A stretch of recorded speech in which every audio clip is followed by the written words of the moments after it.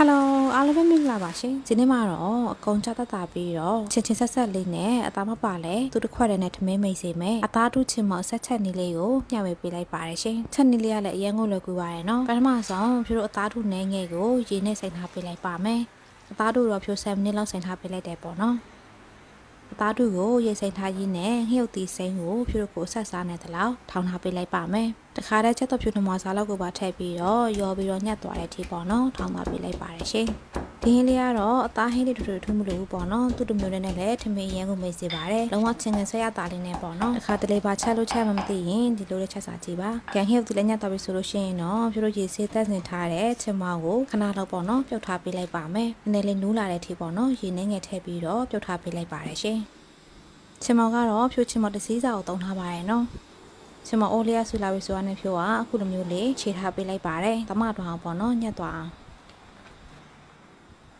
ကဲဒီနေ့ဟာဆိုလို့ရှိရင်တော့ဖြိုးတို့ရဲ့ချင်မောင်ရွက်ပြုတ်လေးရတော့ရပါပြီ။ကဲဖြိုးရေးစိမ့်ထားတဲ့အသားတို့လည်းပွားလာပြီဆိုလို့ရှိရင်တော့ရေဆေးပြီးလို့ရှိရင်ရေညှစ်ပေးထားလိုက်ပါမယ်။ပြီးရင်တော့စပြီးတော့ချက်ပေးရန်အတွက်အိုးလေးကိုစီနဲ့ငယ်ထည့်ပေးလိုက်မယ်။စီလေးပူလာပြီဆိုတာနဲ့ဖြိုးကစနေမုတ်လေးနဲ့ငယ်ထည့်ပြီးတော့ထောင်းထားတဲ့ညှို့တီစိမ့်နဲ့ချက်တော့ဖြိုးထည့်ပြီးတော့အနက်လေးမွေးလာတဲ့အထိပေါ့နော်။ခဏလောက်စီတက်ပေးလိုက်ပါတယ်။ဒီဟင်းလေးကတော့ချင်းဆက်လေးနဲ့တမျိုးလေးစားလို့ကောင်းတော့လေငပိတွေပါမရှိလဲအစီအပြေလေးပေါ့နော်။ဒီတစ်ခွက်တည်းနဲ့လည်းထမင်းနေစီပါတယ်။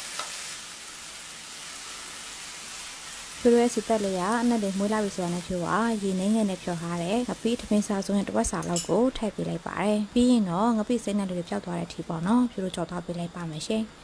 ငပိရဲ့အစိမ့်နဲ့လေးပြောက်ပြီးတော့စီလေးပြန်လာတဲ့အထိခဏလောက်ကြော်သွားပေးလိုက်ပါတယ်တခါတည်းဖြိုးရတာတခါတည်းဆက်ထားပေးလိုက်တယ်ပေါ့နော်ဒီထဲရတာတွေကတော့စားလေးနှင်းငယ်နဲ့အသားမုတ်နှင်းငယ်ကိုပဲထည့်သွင်းထားပါတယ်ကြည့်ပြီးရင်တော့စီလေးပြန်ပြီးအနက်လေးမွေးလာတဲ့အထိကြော်သွားပေးလိုက်မယ်ခုလိုမျိုးလေးစီလေးပြန်ပြီးတော့အနက်လေးမွေးလာပြီဆိုလို့ရှိရင်တော့ဖြိုးရေစိမ့်ပြီးတော့ရေညှစ်ထားတဲ့အသားတူကိုထည့်ပေးလိုက်ပါမယ်ပြီးတော့ခဏကဖြိုးပြုတ်ထားတဲ့ချင်မောင်မှာထည့်ပေးလို့ရှိရင်တော့အားလုံးသမသွားအောင်ဝင်ထားပေးလိုက်ပါမယ်ရှင်ပြရနဲ့ရောင်စင်းလေးပို့ထားသွားအောင်လို့ဖြိုးကရောက်တိမ်မုတ်လေးနေငယ်ကိုထည့်ပေးလိုက်ပါတယ်ဒီရောက်တိမ်မုတ်ကတော့ဖြိုးစီတက်တဲ့ချိန်ပေါ့နော်မြုပ်တီစီတက်တဲ့ချိန်မှာကလေးကထည့်ပေးရမှာဖြစ်ပါတယ်မေ့သွားတယ်ပေါ့နော်ဖြိုးထည့်ဖို့အဲနဲ့ခုမှထည့်ပြီးတော့သမသွားအောင်ဝင်ထားပေးလိုက်ပါတယ်ရှင်တမတော်ပြီဆိုတာနဲ့သူ့တဲ့ကိုဖြိုးပါရေနှင်းငယ်ကိုထည့်ပြီးတော့အဖုံးလေးအုပ်ပြီးတော့ချက်သွားပေးလိုက်ပါတယ်အားလုံးလည်းတမပြီးတော့အသားတူလည်းနူးလာတဲ့အထိပေါ့နော်ခဏလောက်ချက်သွားပေးလိုက်ပါတယ်ဒီနေရာမှာရေလုံးလုံးလေးကြိုက်ရင်ရေလေးလုံးဝခန်းသွားတဲ့အထိချက်သွားပေးနိုင်ပါတယ်နော်ပြောတော့ရေလေးနဲ့နယ်စားမှဖြစ်တဲ့အတွက်ရေလေးနဲ့လေးနဲ့ချက်ထားပါတယ်ကဲဒီနေ့ဟာလေးရောက်ပြီဆိုလို့ရှိရင်တော့ရတာပေါ့ငံပြေးပေးလိုက်ပါမယ်နော်ဒီနေရာမှာပေါ့ငံကိုတော့ကိုစိတ်ကြိုက်ပြေးပေးနိုင်ပါတယ်ရှင်ပုံငယ်လည်းလုံးဝအဆင်ပြေပြီဆိုလို့ရှိရင်တော့နောက်ဆုံးကြမှာရုပ်သီးစိတ်လေးနည်းငယ်အပေါ်ကဖြူပြီးလို့ရှိရင်တော့ရပါပြီရှင်